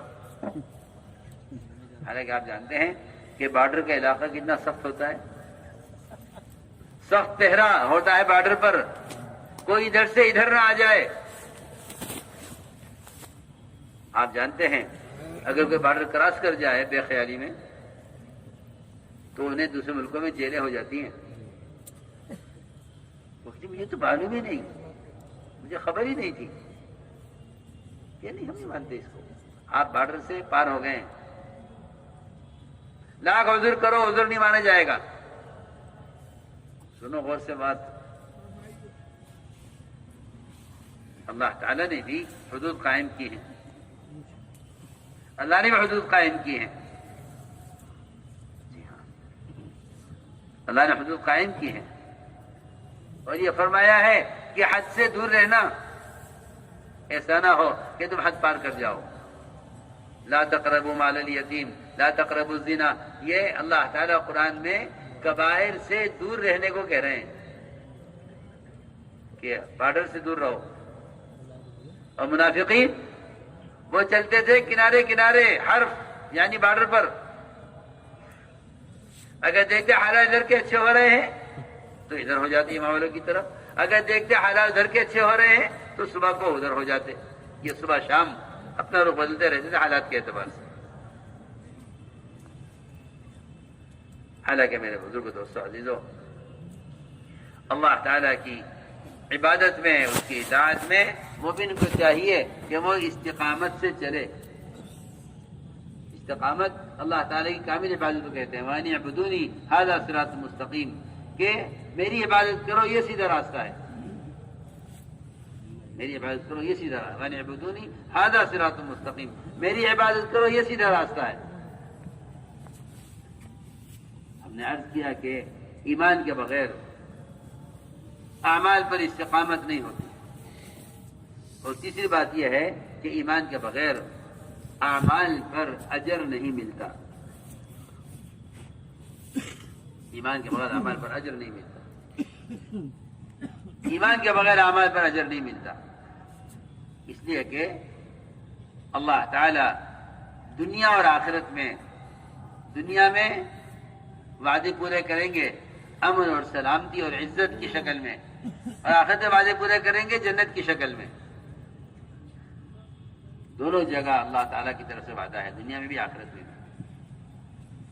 لیکن وہی بات ہے کہ جو اللہ تعالیٰ سے بدگمان ہو جائیں گے، اللہ تعالیٰ ان کے لیے دنیا میں وعدے پورے نہیں کریں گے۔ اس لیے فرمایا کہ اللہ کے ساتھ گمان ٹھیک کرو، اس لیے کہ گمان سب سے بڑی طاقت ہے۔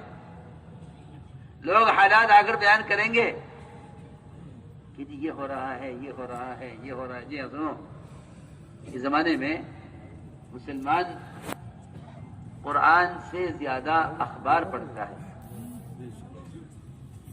قرآن سے زیادہ اخبار، نیرا جھوٹ، نیرا جھوٹ، جس کی کوئی بنیاد نہیں، جس کی کوئی حقیقت نہیں۔ قرآن کے مقابلے میں آپ ذرا غور کریں، اخبار پڑھتے ہیں، اسی اخبار کے اعتبار سے سارا دن سوچتے ہیں، وہی خبریں دوسروں کو جا کے سناتے ہیں کہ دیکھو یہ ہو رہا ہے، جب یہ ہوگا تو یوں ہوگا، جب یہ ہوگا تو یہ ہوگا۔ سنو آگے بات، مولانا صاحب رحمۃ اللہ علیہ نے بیان فرمایا، فرمایا دیکھو اب یہ ہو رہا ہے، جب یہ ہوگا تو اب یہ ہوگا، پھر یہ ہوگا، پھر یہ ہوگا۔ بلکہ مجھے اس بات پر ایک حضرت کا بیان کا ایک ٹکڑا یاد آیا، میرا دل چاہتا ہے کہ مجمع کو سناؤں میں۔ سن 47 سے چند مہینے پہلے کا بیان ہے مولانا صاحب علیہ کا، سن 47 سے چند مہینے پہلے بیان میں فرما رہے مجمع سے کہ میں تم سے خدا کی قسم کھا کر کہتا ہوں، حضرت کا بیان، میں تم سے خدا کی قسم کھا کر کہتا ہوں، اس وقت تھوڑا سا خرچہ لے کر ملک کے اندر اللہ کے راستے میں نکل جاؤ، ورنہ وہ وقت آنے والا ہے کہ سب کچھ چھوڑ کر ملک سے نکلنا پڑے گا۔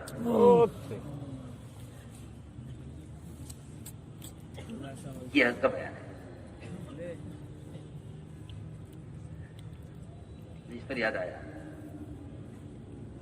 کہ میں تم سے خدا کی قسم کھا کر کہتا ہوں، اس وقت تھوڑا سا خرچہ لے کر ملک کے اندر نکل جاؤ اللہ کے راستے میں۔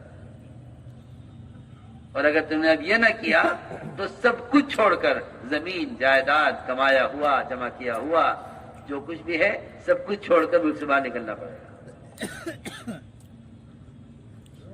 اس کا بیان ہے. تو کسی نے اس سے کہا کہ آپ اخبار تو پڑھتے نہیں. تو نے فرمایا اخبار پڑھنے والے ہی تو اندھے ہوتے ہیں. سنو تو صحیح حضرت کی بات. فرمایا اخبار پڑھنے والے ہی تو اندھے ہوتے ہیں. اخبار پڑھنے والوں ہی کی سوچ تو الٹی ہوتی ہے. اخبار پڑھنے والے یہ کبھی بھی نہیں سمجھ سکیں گے کہ اللہ کے ضابطے کیا ہیں، کیونکہ اللہ کے ضابطے قرآن میں ہے، اخبار میں نہیں ہے. سیدھی بات ہے. اللہ کے ضابطے قرآن میں. جی ہاں، قرآن اللہ کا ضابطہ ہے، قرآن اللہ کا قانون ہے. ہم یہ کریں گے، ہم یہ کریں گے، ہم یہ کریں گے. جی ہاں، اور جب یہ ہوگا جب ہم یہ کریں گے، جب یہ ہوگا ہم یہ کریں گے. پورا قرآن پڑھتے چلے جاؤ. ہم کس عمل پر کیا کرتے ہیں؟ ہم جب ان تعودوا نعود، اگر تم پلٹو گے گناہوں کی طرف ہم پلٹیں گے عذاب کی طرف. فوراً تم جاؤ گناہوں کی طرف ہم جائیں گے عذاب دینے کی طرف. اللہ فرما رہے ہیں وَلَن تُغْنِيَ عَنْكُمْ فِئَتُكُمْ شَيْئٌ وَلَوْ كَثُرَتْ.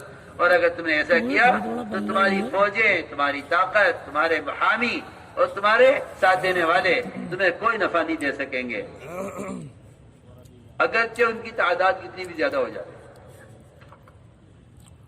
جی ہاں، تم اگر اس چکر میں ہو کہ تمہاری اکثریت ہو جائے گی، تم غالب آ جاؤ گے.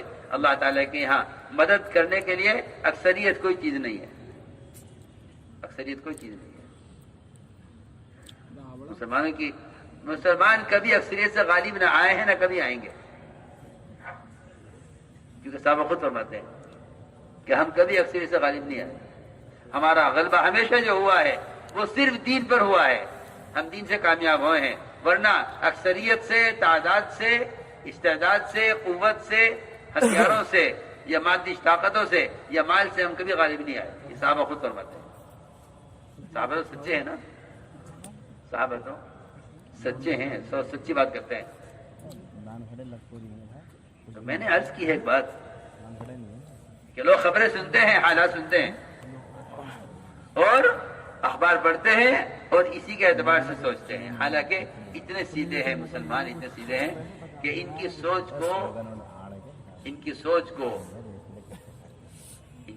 کو دشمن اپنی سوچ کے مطابق کرنے کے لیے خبریں دیتا ہے.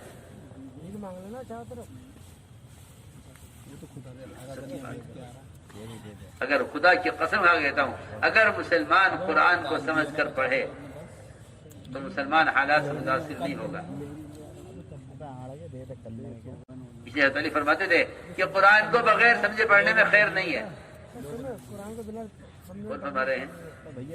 علی رضی اللہ تعالیٰ عنہ. کیونکہ قرآن تمہیں ضابطے بتائے گا مدد کے، اور قرآن تمہیں تمہارے تمکن کے، تمہارے توکل کے ضابطے بتائے گا کہ تمہاری وطنیت کیسے قائم ہوگی، تمہیں تمکن کیسے ملے گا، تمہیں اقتدار کیسے ملے گا، تمہارے اختیارات کیسے چلیں گے. جی ہاں، قرآن بتائے گا.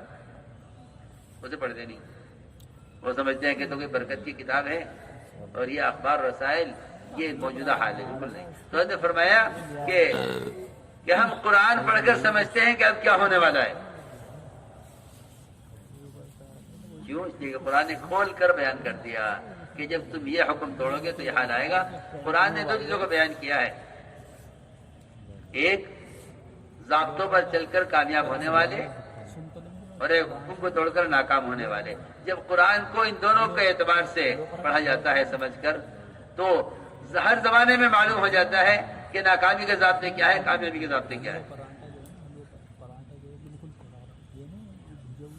اس لیے کہ اس زمانے میں مسلمان اس کا متمنی ہے اندر سے کہ کاش جو ان کے پاس ہے ہمارے پاس جلدی آ جائے. اس کا اندر سے متمنی ہے اور اس کی اپنے اندر کی تمنا کے اعتبار سے ہی اس کی ساری ظاہری کوششیں ہیں. سوچو، لوگ مسلمان فنون پڑھتے ہیں اس لیے تاکہ غیروں کا مقابلہ کر سکیں. یہ سمجھتے ہیں کہ اگر مسلمان نے دنیا کے فنون پڑھ کر، میری بات ذرا توجہ چاہتی ہے، اس زمانے کا مسلمان کی سوچ ہے یہ کہ اگر مسلمان فنون پڑھ کر مادی چیزوں پر قابو پا لے. ساری رحمت و برکت اس میں بچی. اگر مسلمان دنیا کے فنون پڑھ کر مادی چیزوں پر قابو پا لے تو پھر یہ غیروں کے مقابلے میں کامیاب ہو جائے گا. ایک گھنٹے کرو. میری بات توجہ سے سننا ذرا. ایسا کہ کتنی دور کی سوچ ہے اور کتنی غلط سوچ ہے یہ سمجھیں گے کہ کائنات کے نقشے مدد کے ضابطے ہیں. وہ لوگ اس کوشش پہ رہیں گے کہ ہم کائنات کو پڑھیں, کائنات کو پڑھ کر کائنات کی شکلیں اختیار کریں اور پھر ان شکلوں کو اپنی حفاظت کے لیے استعمال کریں. میں کچھ کہنا چاہتا ہوں. اللہ کی شان, جب صحابہ کرام نے حکم پورا کیا اور غیروں کے لیے سوائے ان کی ہدایت کے اور سوائے ان کو جہنم سے بچانے کے ان کے ملک و مال کا ارادہ نہیں کیا اور صرف ان کی ہدایت کی تمنا رکھی, تو اگر کوئی رکاوٹ ان کے راستے میں پیش آئی,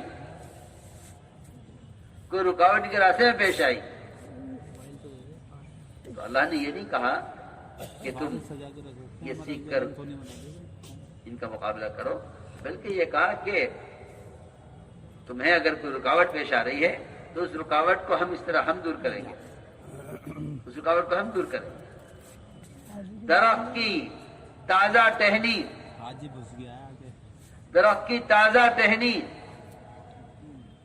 جو آپ جانتے ہیں کہ اس میں کتنی لچک ہوتی ہے اور وہ کتنی کمزور ہوتی ہے.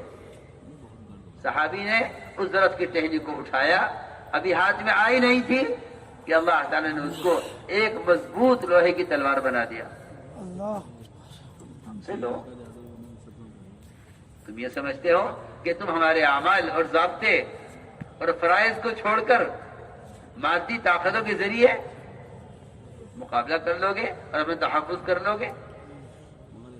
نہیں, تم ہمارے ضابطوں پر آؤ, ہم تمہیں ایسی شکلوں سے تمہیں قوت دیں گے, ان شکلوں سے تمہیں قوت دیں گے کہ تم خیال بھی نہیں کر سکتے کہ ایک آدمی درخت کی ٹہنی اٹھائے گا اور ابھی ٹہنی ہاتھ میں آئی نہیں, پوری طرح کہ وہ اللہ تعالیٰ نے درخت کی ٹہنی کو پکے مضبوط لوہے کی تلوار میں اپنے حکم سے منتقل کر دیا.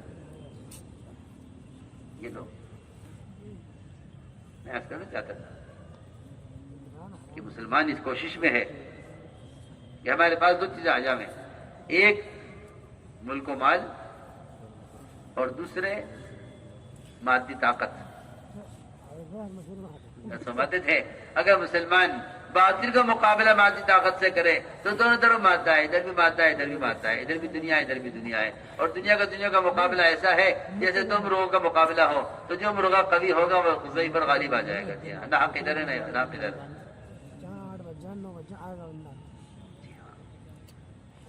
کمزور ایمان والے تمنا کر بیٹھے یا لیتنا مثل ما اوتی قارون, کاش ہمارے پاس وہ ہوتا جو قارون کے پاس ہے. تمنا تو کر لی. اللہ تعالیٰ نے ان مسلمانوں کو عبرت کے لیے اور ان کو صحیح سمجھ تک پہنچانے کے لیے اور ان کی رہبری کے لیے اللہ نے قانون کو دھسایا. تو کل جو تمنا کر رہے تھے اس کے ملک و مال کی, آج کہتے ہیں اے اللہ تیرا کتنا بڑا احسان ہے ہم پر کہ تو نے ہمیں مال نہیں دیا. اس زمانے کا مسلمان کہتا ہے سارا مال غیروں کو دے دیا, ہمیں کچھ نہیں دیا. اس زمانے کا مسلمان نے جب انجام دیکھا تو اپنے فقر و تنگی کو اللہ کا احسان سمجھا قارون کے مال کے مقابلے میں.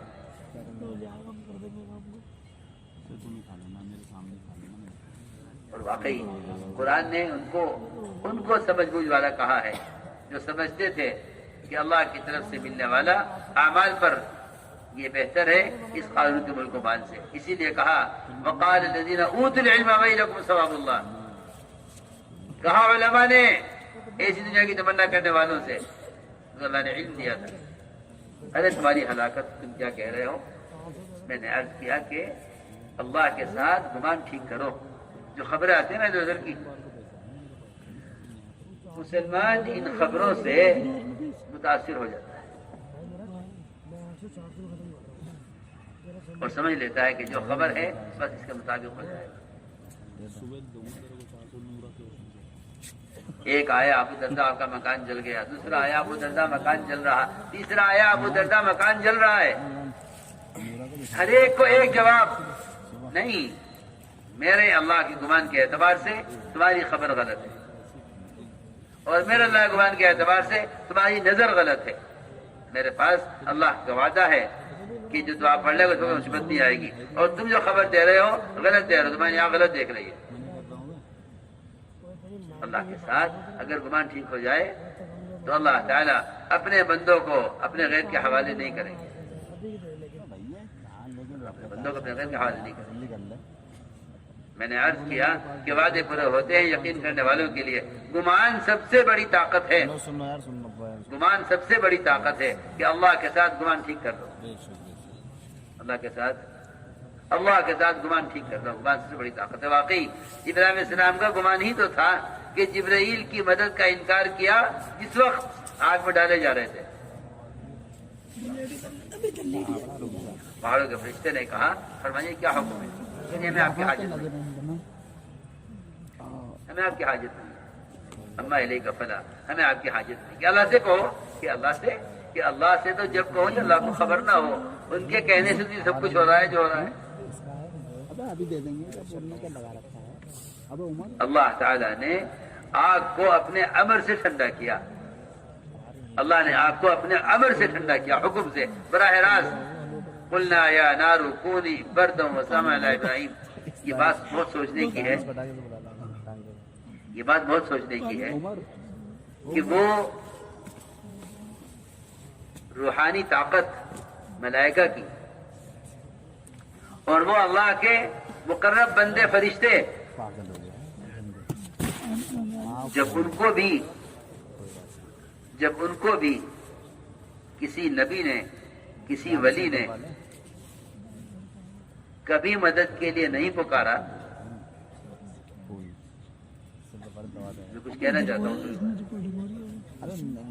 وہ ملائکہ جو اللہ تعالیٰ کی روحانی ایک طاقت ہیں اور اللہ کے نیک بندے ہیں،